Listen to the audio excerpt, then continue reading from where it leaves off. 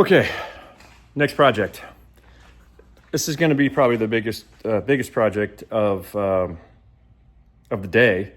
I am putting in a rugged radio comm system.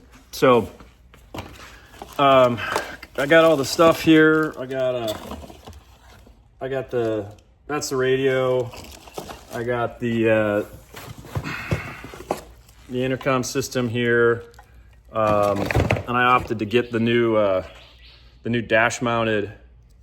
I don't know what you call this, control module, so that you can take the intercom and you mount that underneath the dash, and it doesn't have to sit on your sit out in view. And then this thing, the radio, I think I'm just gonna mount this sucker in the glove box, because there's plenty of space in the glove box. I think I'm just gonna tuck it in there, and it's gonna be all nice and clean, and it's gonna be out of there. So, yeah. So I'm gonna start tearing into the car, and there's some pretty cool things I think that I already found out about it that are super simple, and I'll show you what those are here in a sec. All right. First thing that's pretty cool is not the fact that it's a 5-seater and it's a bench seat. That's like whatever, right? The cool fact is everybody knows where the battery is, right? Where's the battery? They stick it in the back. Can-Am sticks theirs back behind that seat. I think Razor's is back there as well. Polaris is back there as well. And to get to the damn thing, you gotta take the seats apart, in most cases, take the seatbelts off. It's a freaking pain in the ass. So, thank you again, Kawasaki, for thinking ahead. Watch this. Literally, you pull up on the seat, and then there's little hooks in here.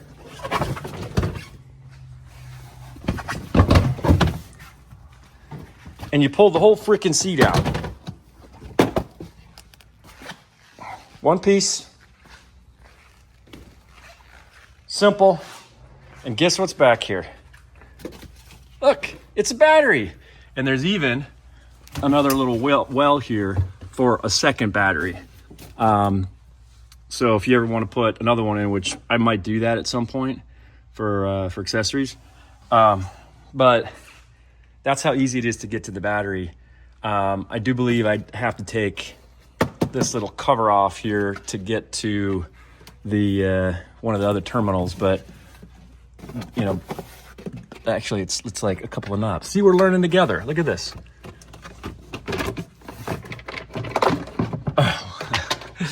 All right, that's pretty cool. Two little screw off knobs. 1, 2, the other one fell. And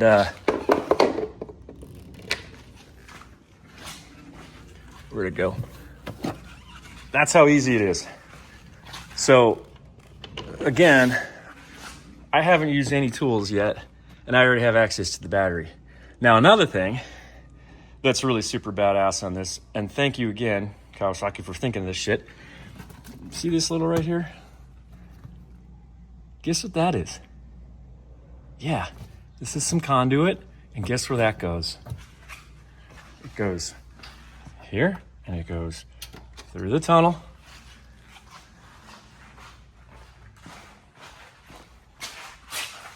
And it comes out.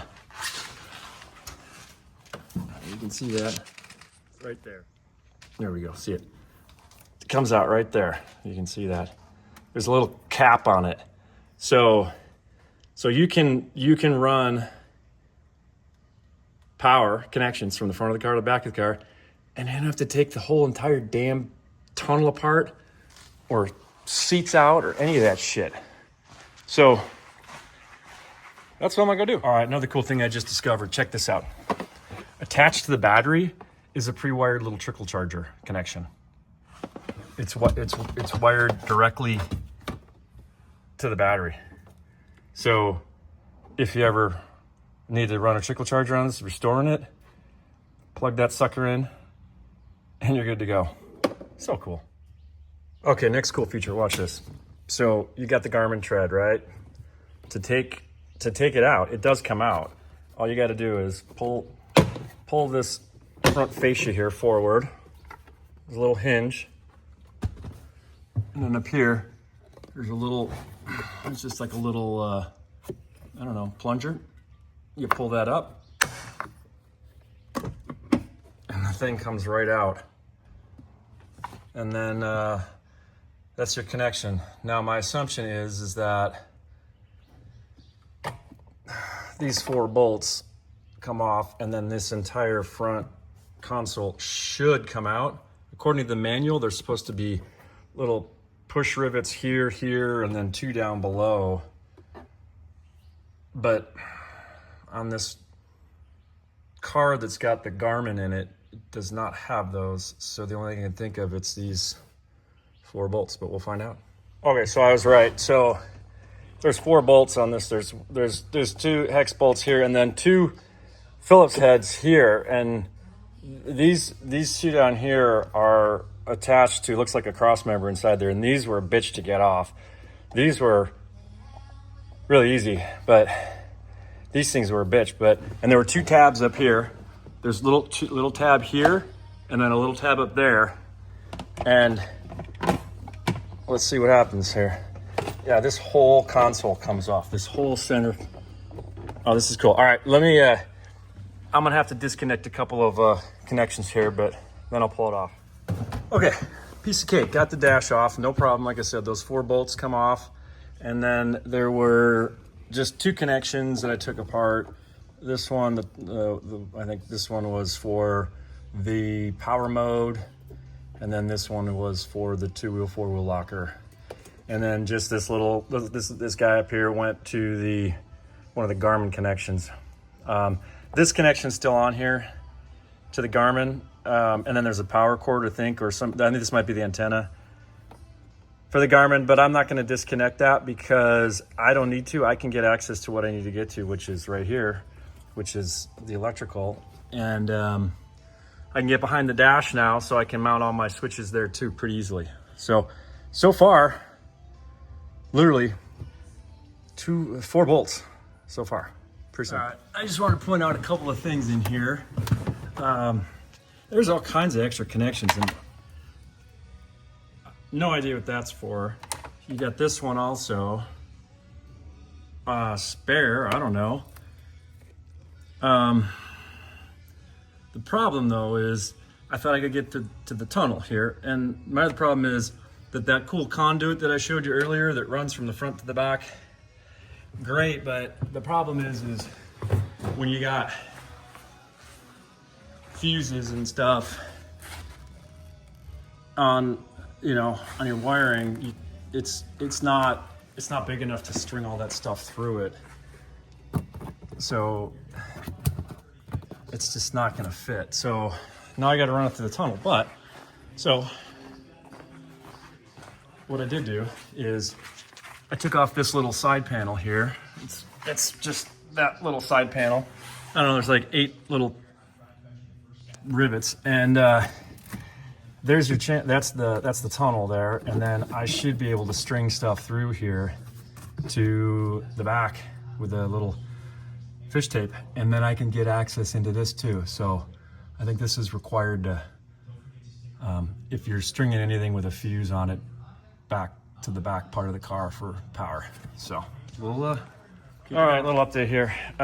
So I can't get through the tunnel, like through this little section here, and I can't see what I'm routing it through, so I need to get access to the tunnel.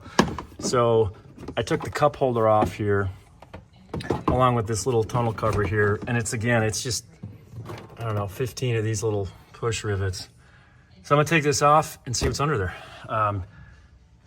It should be the drive shaft and everything, and I should be able to at least see how to wire some power back this way now. All right, next pretty cool thing that I just found. I don't know if this is that cool, but to take the front seats out, just like the back seats, there's a little clip there, and you just pull it out, and you get access to everything. And then the other thing too is, by the way, I tried taking this tunnel out I can't get this thing out because it's all molded back in here. So I cannot get it out. I can bend it a little bit and get access to it, so I can at least see in there. I think I'm gonna take this off and make it easier. Okay guys, so here's what I did. I took off this plastic piece here for the like the emergency brake and where the gear shifter is, and you can get access to all this stuff in here now. This is gonna be way easier for me to string some power through here. There's probably an easier way to do this, and I'm just too stupid to figure it out, but this is what I'm working with right now. So it's not bad. There's just all these push rivets you got to take out, so it's not terrible, but anyway. Okay, so here's the latest update. Yeah, that looks like a total shitstorm, doesn't it? Because it kind of is. But so what I was able to do, power and also rear comms right here, strung it through, and I got the power came through the, damn it, I just got burned. Power comes through here, goes down, let's see, for fuck's sake. All right, so it goes into the tunnel, you can see there, and then I couldn't get that out, remember? But then I was able to sneak it out. All right, let's try that again. So I strung it through this little hole here where all the other power is coming from the front of the car. And so now I got some leads here for the battery there. And then I am gonna, the comms for the rear, I'm gonna leave them right there, because what I'm gonna do is I'm gonna come over here, I'm gonna put the cup holder back. I'm gonna have them come out right here. I'm gonna mount the quick plugs.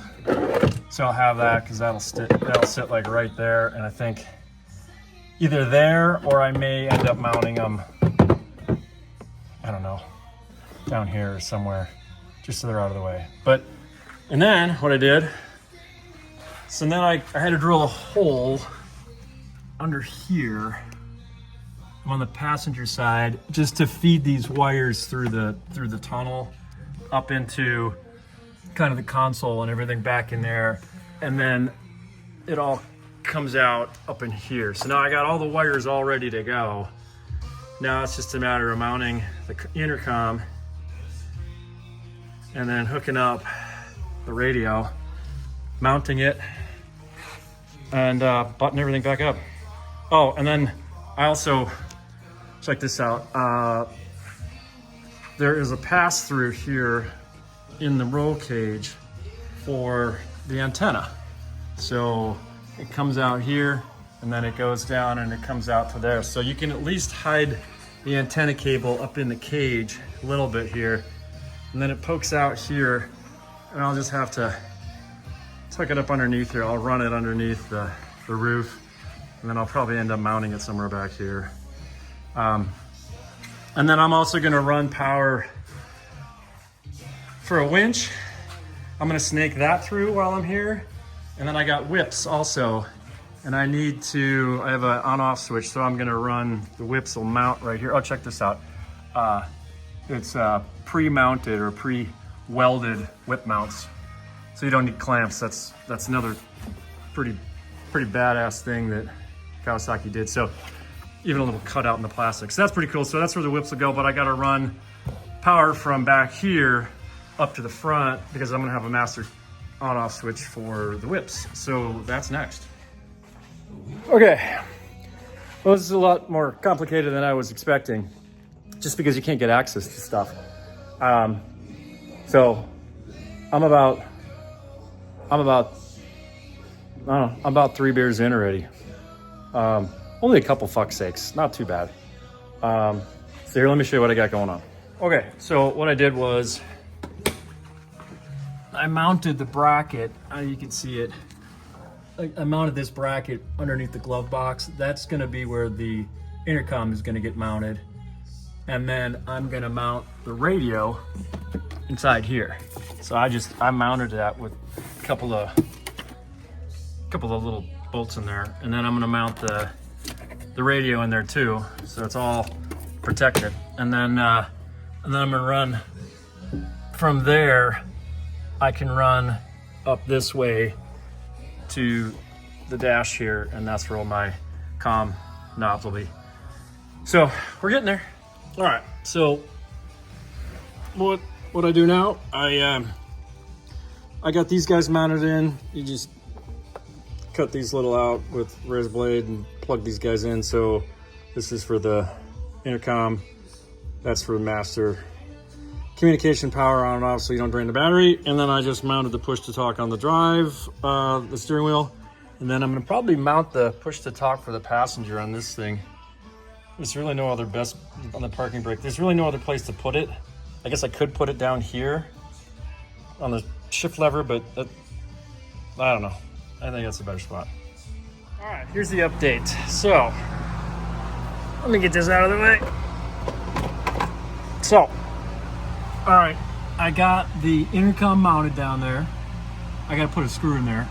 Get everything wired up. I'm gonna clean this up, don't worry. It looks like shit, but I'm gonna clean it up. And then I got the radio in there. I drilled a hole in the back, fed that through. I'm gonna have to put the push to talk up here, I think, or on the handlebar, because it won't reach over there. The wire's not long enough, so that kind of sucks. So I got the active filter hooked up, which is this thing.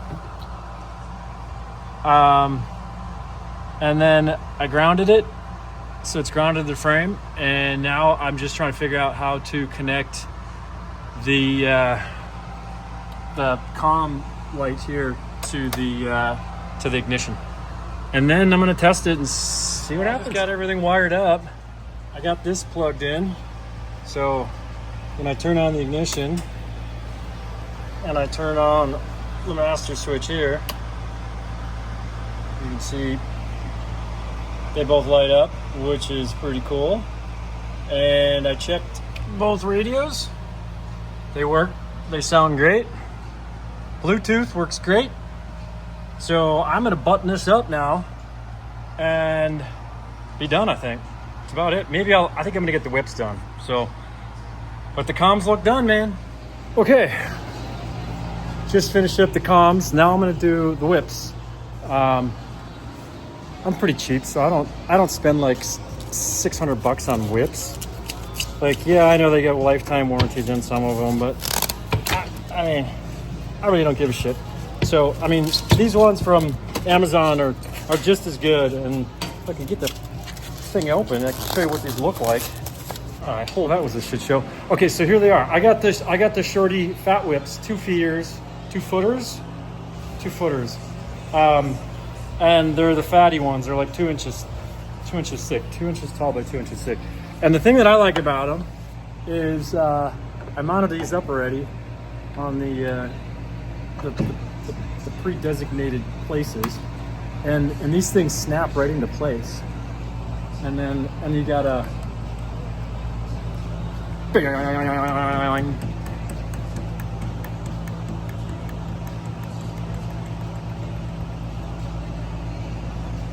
anyway, so they're there, and now I just got to wire them, and that's why I did the pre-wiring down here to this stuff here. This has actually got to go behind the seat and up, and it's going to actually connect to the whips, and then this will go to the front, and I'm going to put a little switch there too to turn the whips on and off. So I'm gonna get cracking on that. Well, I got the whips installed. Got the little light switch here, and oh yeah.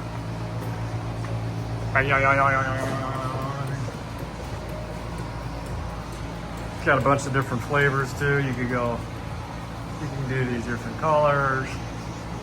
You can do all kinds of funky stuff here. Yeah, whips. Pretty cool. I think we'll stick with that one. Matches the color of the car. Okay, next update here. Just hooked up the horn. It's not hooked up yet, but I got the switch in there, and I routed it up through there's really nowhere to get through the firewall here. So I had to like sneak it through a little foam piece. There's like foam right here. I had to sneak it through there. And then mounted the little bastard. It's got a little red guy down here. I found an extra little bolt right there that I was able to connect it to the bracket. And yeah, it's tucked in there nice. I'm gonna fix up all the slack here and throw that back onto the dash, and then I gotta connect it to the bus bar and then test. Okay, here's the next thing I did. I mounted the winch switch there, and then I also mounted this. That's a remote plug-in. So if you don't want to use this, you can use a remote. You can stand out in front. And then I had to pull in these blue and yellow wires through the. I pulled them in through the firewall and wired it all up into that thing in here. And I'm not putting the winch in tonight, but the wires are hanging right there. So the winch will go down in there. I got a winch sitting there, but shit, dude, I've been working for like 12 hours today. I'm not putting the goddamn winch in. It's time for a beer. Wrap. I got this thing all buttoned up. I got the seat back in it in the back. I got everything buttoned up here. All the gauges look nice and they all work. I tested them. Got my push to talk here. I push to talk there. Yeah, I got the winch mounted, at least the remote down here. Everything went back pretty good. I got to mount the antenna tomorrow. I got to get some little hangers for these things and hang them up. I usually like to hang them up like that. And then I need some other way of mounting the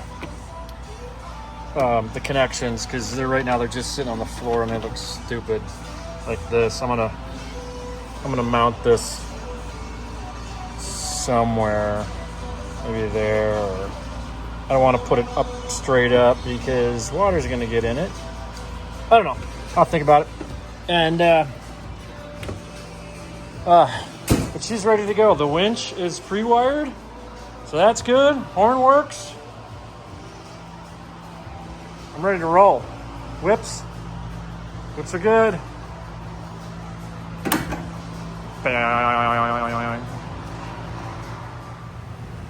All right, I want to show you guys what I decided to do.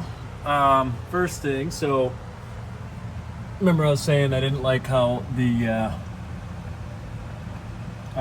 connections were for the headsets. So I mounted. I went and got from Rugged Radios. I went and got these. It's a 2-port there, and then I got this one. There's a single port, and I put them on both sides of the cup holder, which I don't know if I like it. It works, but I think it's going to get bumped. I think people are going to bump them when they're sitting in the back. So I think I'm going to re-rig that one. And frankly, I think what I'm going to do is I think I'm going to mount them up on the side of the seat, like right up here, facing downward. I had that on my old car. I think that's what I'm going to do. So it was a good idea putting them there. It was not a big deal to get them mounted in there, but I do like how those mount underneath the seat right there. So people just plug your headset right in there, and it's nice and clean, and all the wires are out of the way. So there you have it. All right, kids. Well, that's a wrap. I'm done for the day, at least. I was out here for like 12 hours. So, but I did the comms, I did the whips, I did the horn, and I wired it for the winch. Well, I didn't mount the winch. Still, it's ready to go. So I did 4 jobs today, damn it. I'm tired. I already had a couple of beers. So I'm gonna have a couple more. This was a individually, this would have been like maybe a 2 or 3 beer job, and maybe like a 2 fuck's sake jobs. But because I kind of decided I wanted to get it all done, this was a long day. But anyway, I'll keep posting stuff, and hopefully it helps you guys out. I'm still learning about this. Next thing to figure out is these wheels. The big question is, do 15-inch rims fit? And if they do, okay, great. What's the offset, especially in the back? Because there's some scrapers and some plastic shit back there that probably got to take off. So anyway, if anybody knows, let me know. All right, guys, be good. Peace out. See ya.